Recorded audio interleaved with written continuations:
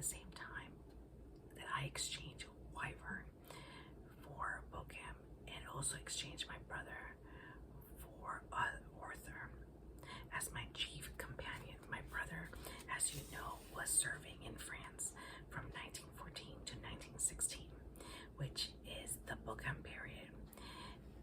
He becomes a figure that at great intervals appeared unpredicted on leave in all the glory of a young officer with what then seemed unlimited wealth at his command, and whisks me off to Ireland, luxuries hitherto unknown to me, such as first-class railway carriages and sleeping cars, glorify these journeys. You will understand that I had been crossing the Irish Sea 6 times a year since I was 9. My brother's leaves now often added journeys extraordinary, that it is why my memory is distorted with shipside images to a degree unusual for such an untraveled man. I have only to close my eyes to see if I choose, and sometimes whether I choose or no, the photosphorensis of a ship's wash, the most unmoving against the stars, though the water is rushing past us, the long salmon-colored rifts of dawn or sunset on the horizon of cold gray-green water, or the astonishing behavior of the land as you approach it, the promontories that walk out to meet you, the complex movements and final disappearances of the mountains of further inland. These leaves were, of course, a great delight. The strains that had been developing thanks to Wyvern before my brother went to France were forgotten. There was a determination on both sides to revive for the short time allowed us the classic period of our boyhood, as my brother was in the RASC, which in those days was reckoned a safe place to be. We did not feel that degree of anxiety about him which most families were suffering at this time. There may have been more anxiety in the unconscious than came out in a fully waking thought that at least would explain an experience I had certainly once, and perhaps more often, not a belief nor quite a dream, but an impression of mental image, a haunting which of a bitter winter night in Bokham represented my brother hanging about the garden and calling, or rather trying to call, but as in Virgil's hell, in septis clamor frustratur viatem, a bat's cry is all that comes. There hung over his image and atmosphere which I dislike as much as any I ever breathed and blended, and the macabre, at the weakly, regibly, hopelessly pathetic, and dirty miasma of a pagan Hades. Though my friendship with Arthur began from an identity of taste on a particular point, were sufficiently different to help one another. His home life was almost the opposite of mine. His parents were members of the Plymouth Brothers, and he was the youngest of a large family. His home, nevertheless, was almost as silent as ours was noisy. He was at this time working in the business of one of his brothers, but his wealth was delicate, and after an illness or two, he was withdrawn from it. He was a man of more than one talent, a pianist and a hope composer, and also a painter. One of our earliest his schemes was that he should make an operatic score for Loki Bound, a project which, of course, after an extremely short and happy life, died a painless death. In literature, he influenced me more permanently than I did. His great defect was that he cared very little for verses. Something I did not mend this, but less than I wished. He, on the other hand, side by side with his love for myth and marvel, which I fully shared, had another taste which I lacked till I met him, and with which, to my great good, he infected me for life.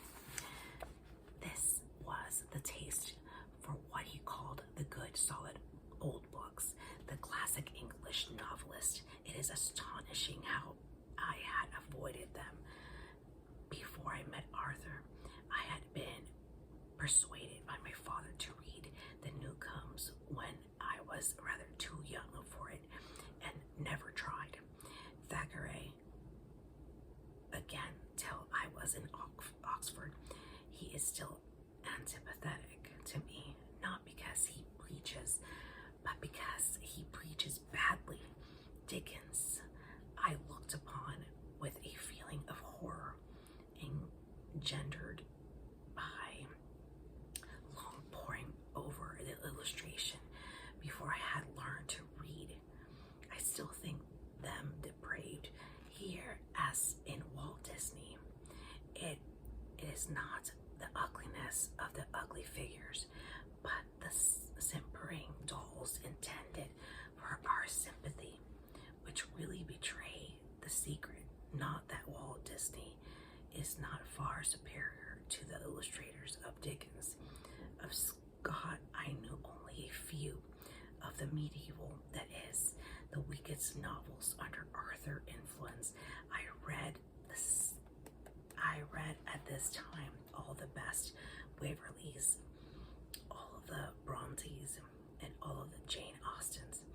They provided admirable complement to my more fantastic reading, and each was the more enjoyed for its contrast to the other, the very qualities which had previously deterred me from such books. Arthur taught me to see as their charm what I would have called their stodginess or ordinaries.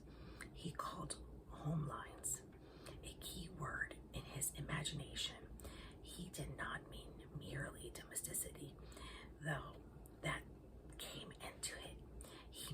He rooted quality which attaches them to all. Our simple experiences, to whether food, the family, the neighborhood. He couldn't get endless enjoyment out of the opening sentence of Jane Eyre or the other opening sentence in one of Hans Andersen's stories. How did it rain, to be sure? The mere word back in the Brontes was the feast to him, and so were the schoolroom and kitchen scenes. This love of homely was not confined to literature. He looked for it out of the door. Scenes as well taught me to do the same. Hitherto, my feelings for nature had been too narrowly romantic. I had attended almost entirely to what I thought awe-inspiring or wild or eerie, and above all, the distance, hence mountains and clouds, were my special delight. The sky was, and still is, to me, one of the principal elements in any landscape. And long before I had seen them all named and sorted out in the modern painters, I was very attentive to the different qualities and different heights of the cirrus and the cumulus and the rain cloud, as the earth and the country I grew up in had every to encourage a romantic bent, had indeed done so ever since I first looked at an unattainable green hills through the nursery window. For the reader who knows those parts it will be enough to say that my main haunt was the Hollywood Hills, the irregular polygon you would have described if you drew a line from Stormont to Comber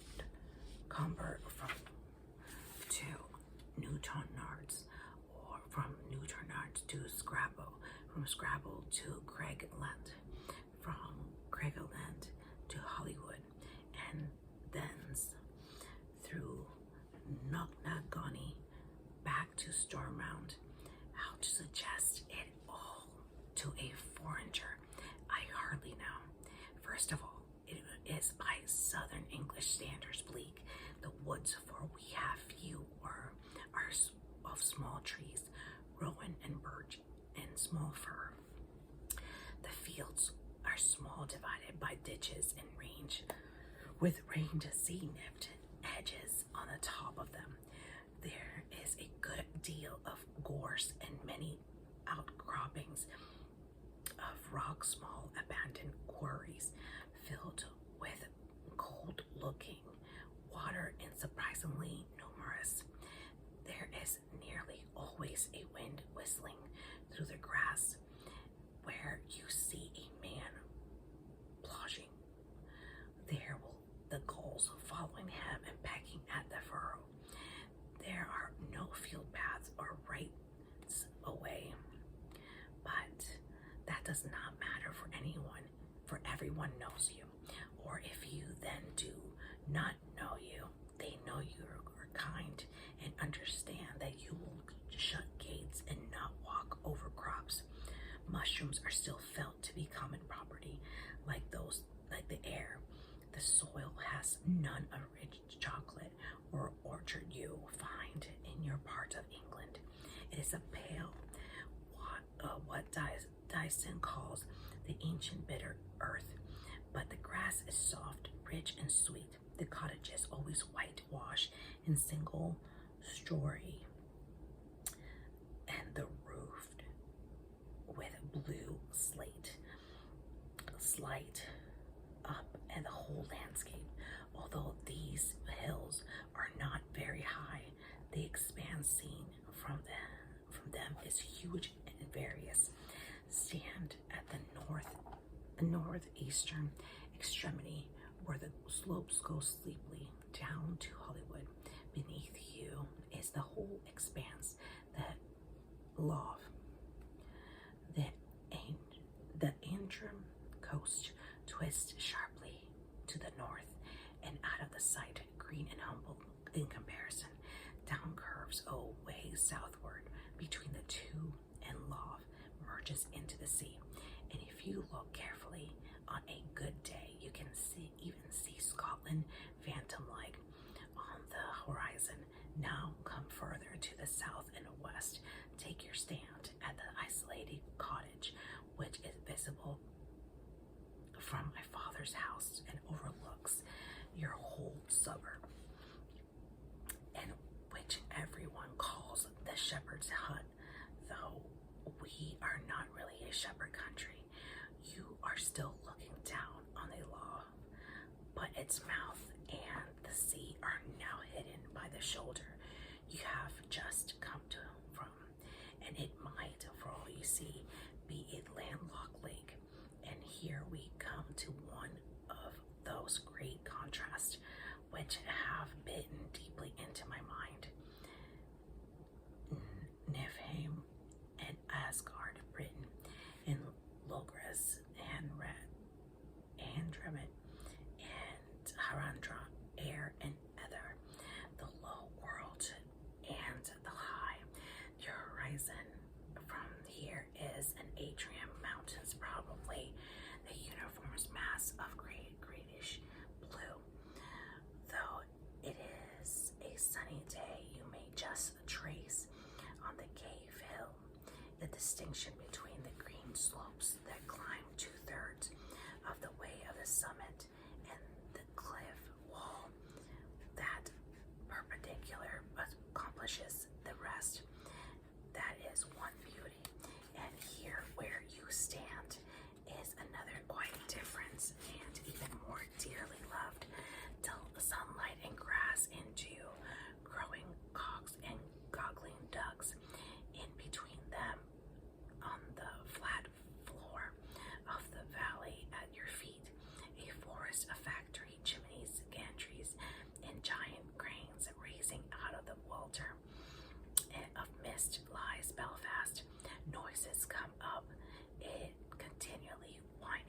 screeching of trams, clatter of horse traffic on uneven sets, and dominating all else, the continual throb and stammer of the great shipyards.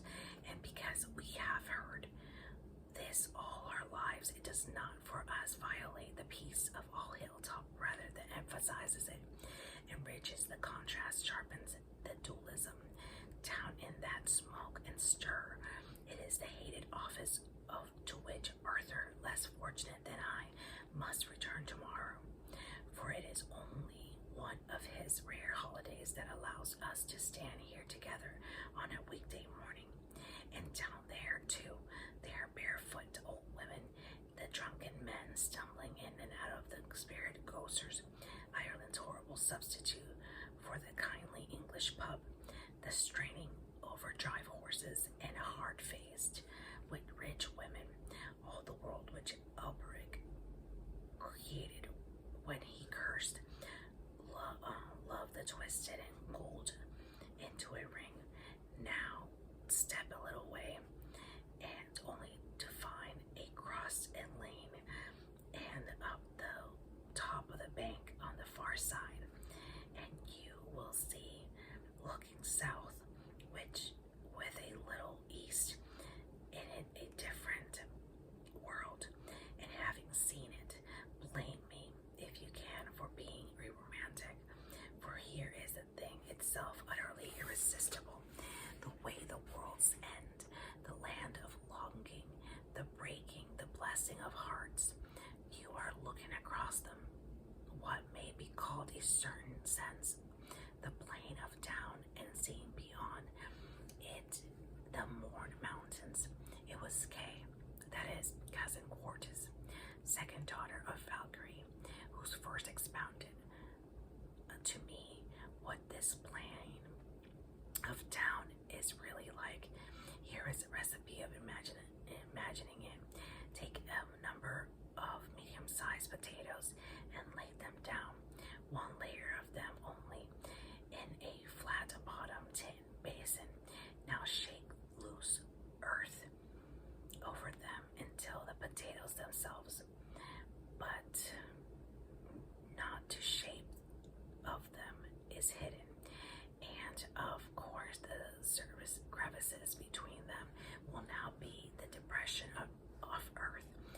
Now magnify the whole thing till the crevices are large enough to conceal each its stream and its huddle of trees.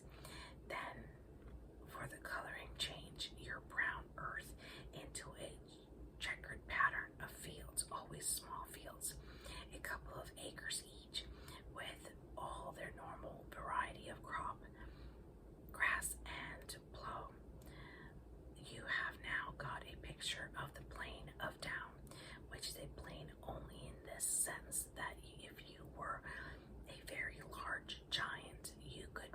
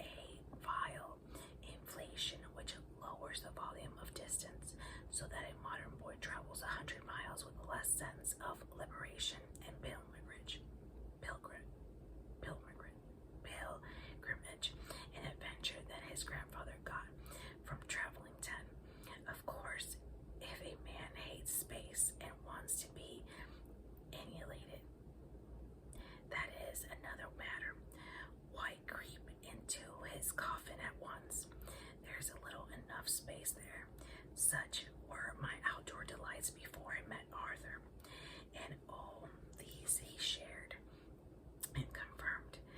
And in his search for the homely, he taught me to see other things as well. But for me, I should never have known the beauty of the ordinary vegetables that we destined to the pot. Drills, he used to say, just ordinary drills of cabbage. What can be better?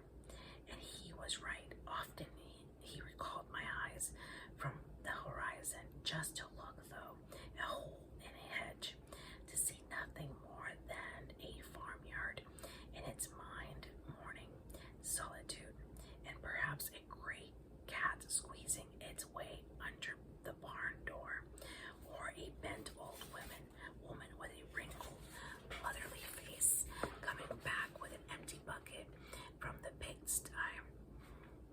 But less of all, we liked it when the homely and the unhomely met in this sharp juxtaposition. If a little kitchen garden ran steeply up a narrow enclave of fertile ground surrounded by outcroppings of firs, or something shivering quarry pool under the moonrise could be seen on our left, and on our right the smoking chimney and lamplit window of a cottage that was just settling down for the night. Meanwhile, on the continent, the unskilled butchery of the first German war went on. As it did so, and as I began to foresee that it would probably last till I reached military age, I was compelled to make a decision which the law had taken out of the hands of English boys of my own age, for in Ireland we had no conscription. I did not such plume myself even then for deciding to serve, but I did feel that the decision absolved me from taking any further notice of the war.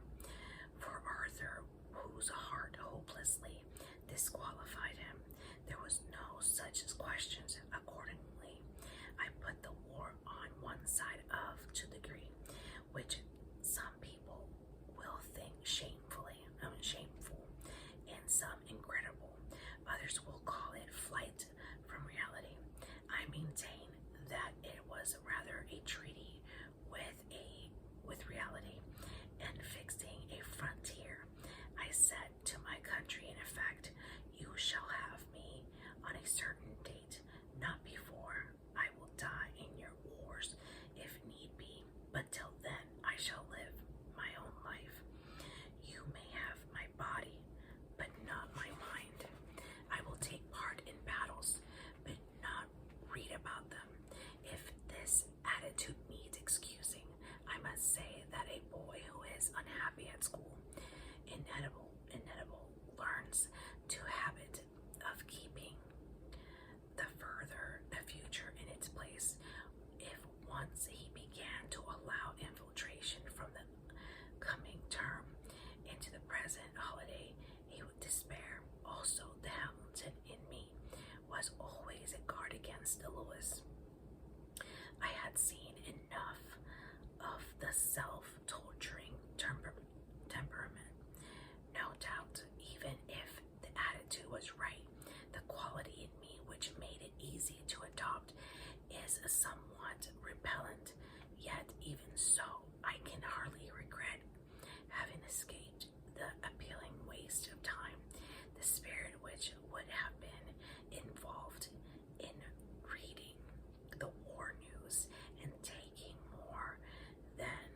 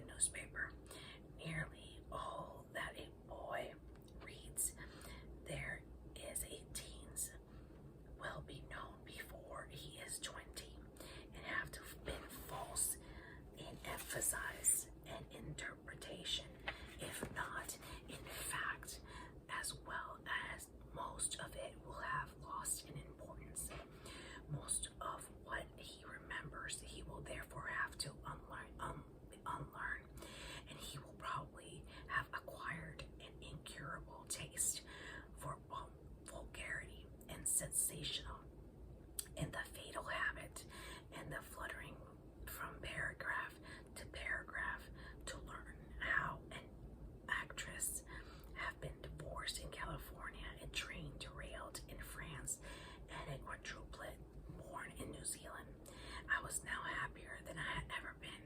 All the sting had been drawn from the beginning of term, yet the homecoming at its end remained almost as joyful as before. The holidays grew better and better.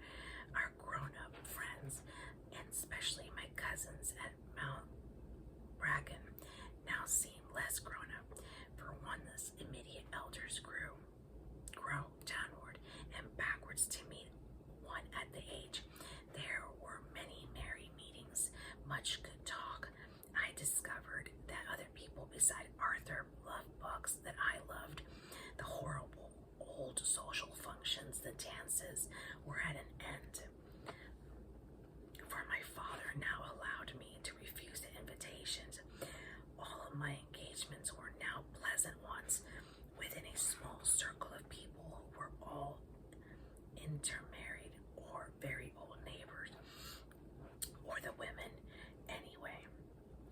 Old school fellas, I am shy of mentioning them of Mount Bracken.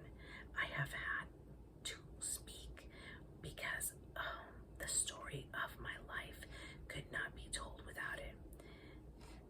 Beyond that, I hesitate to go. Praise of one's friend is near impertinence. I cannot tell you here of Janie M., nor of her mother, nor of Bill and Mrs. Bill in novels. Provincial suburban society is usual painted gray to black. I have not found it so. I think we Strand Town and Belmont people have among us in much kindness, wit, beauty, and taste of any circle of the same size that I have ever known. At home, the real separation and apparent cordiality between my father and myself continued. Every holiday I came back from Kirk with my thoughts and my speech a little clearer, and this made it progressively less possible to have any real conversation with my father. I was far too young and raw to appreciate the other side of the account, to weigh the rich, if vague, fertility and generosity and humor of my father's mind against the dryness, the rather death-like lucidity of Kirk's, with the cruelty of youth. I allowed myself to be irritated by traits of my father, which in other elderly men have since regarded as lovable foibles. There are so many unbridgeable misunderstandings. Once I received a letter from my brother in my father's presence, which he immediately demanded to see. He objected to some expression in it about the third person. In defense of them, I pleaded that they had not been addressed to him. What nonsense, answered my father. He knew you would show me the letter and intended you to show me the letter. In reality, as I well knew, my brother had foolishly gambled on the chance that it would arrive when my father was out. But this my father could not conceive. He was not overriding but by authority to cling to privacy, which is disallowed. He could not imagine anyone making such a claim.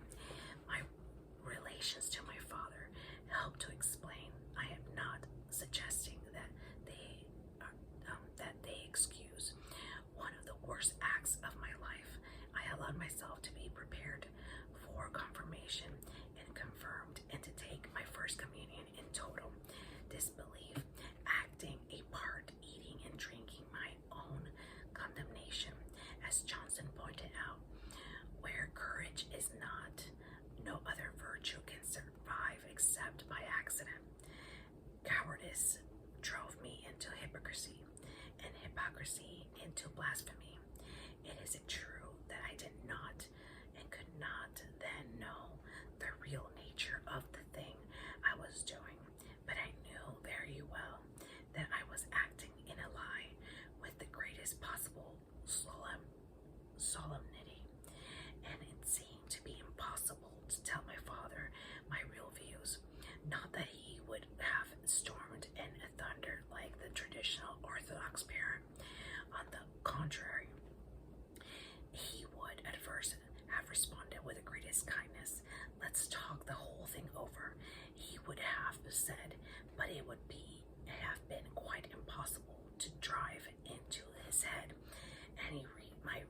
opposition.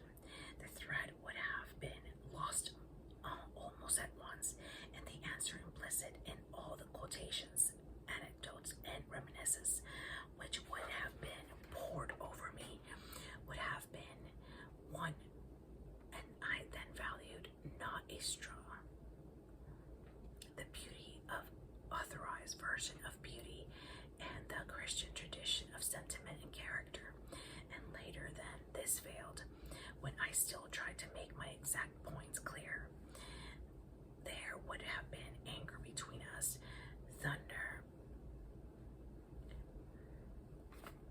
from him, and then babish rattle from me. Nor could the subject once raised ever have been dropped again. All this, of course, ought to have been dared rather than the thing I did, but at the time it seemed to me impossible. The Syrian captain was forgiving for bowing in the house of Rimmon. I am one of many who have bowed in the house of the real God, when I believe him to be no more than Rimmon. During the weekends and evenings, I was closely tethered to my father and felt this something of hardship, since these were the times when Arthur was most often accessible. My weekdays continued to supply me with a full ration of solitude. I had to be sure the society of Tim, who ought to have been mentioned far sooner. Tim was our dog. He may hold a record of longevity among Irish terriers, since he was already with us when I was at Oldies and did not die till 1922. But Tim's society did not amount to much. It had long since been agreed between him and me that he should not be expected to accompany me or on walks. I went on a good deal further than he liked, for it thumbed Mark. For his shape was already that of a bolster, or even a barrel on four legs. Also, I went to places where other dogs might be met, and though Tim was no coward, I have seen him fight like a demon on his home ground. He hated dogs. In his walking days, he had been known, unseen, a dog far ahead, to disappear behind the hedges, and he re-emerged 100 yards later. His mind had been formed during our school days, and he had perhaps learned his attitude to other dogs from our attitude to other boys. By now, he and I were less like master and dog, like two friendly visitors in the same hotel. We met constantly past the time of day and parted with much esteem to follow our own paths. I think he had one friend of his own species, a neighboring red setter, a very respectable middle-aged dog, perhaps a good influence for poor Tim. Though I loved him, I was the most undisciplined, unaccomplished, and dissipated-looking creature that ever went on four legs. He never exactly obeyed you. He sometimes agreed with you. The long hours in the empty house passed delightfully in reading and writing. I was in the midst of romantics now, and then there was a humility in me as a reader at a time which I shall never recapture. Some poems I could not only as well as others, and never occurred to me that these might be the inferior ones. I merely thought that I was getting tired of my author, or I was not in the right mood. The longueurs of Endymion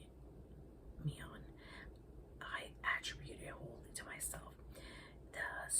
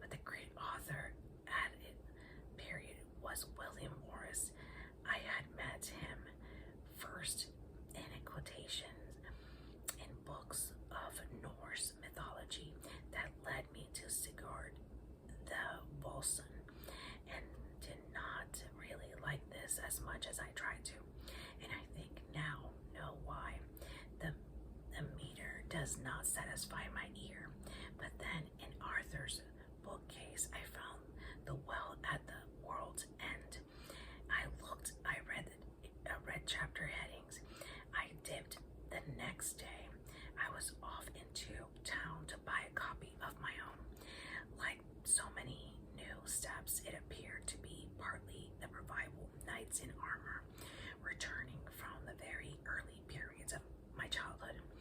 After that, I read all the Morris I could get. Jason, the Earthly Paradise, the prose romance.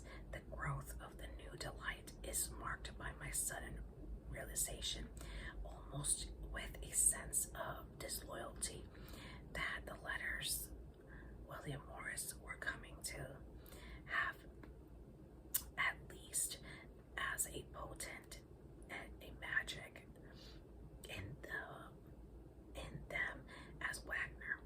One of other that Arthur taught me was to love the bodies of books. It had always respected them. My brother and I met cut up step ladders without scruple to have. The marked or dog-ear book would have filled us with shame, but Arthur did not merely respect, he was enamored, and soon I too. The setup of the page, the feel and smell of paper, the differing sounds and the different papers make as you turn the leaves became sensuous delights. This revealed to me the flaw in Kirk. How often have I shuddered when he took a new classical text of mine in his gardener's hands, bent back, the oars still, they creaked and left his sign on the page. Yes, I remember, said my father. That was old Knox's fault. A bad one, said I. An all but unforgivable one, said my father. Okay, guys, that's the end of chapter 10. And thank you guys so much for watching and listening to me. Again, Surprised by Joy by C.S. Lewis. Please, guys, do not forget to subscribe, give me a thumbs up, share, comment, follow me on Instagram, hit the bell for notifications, and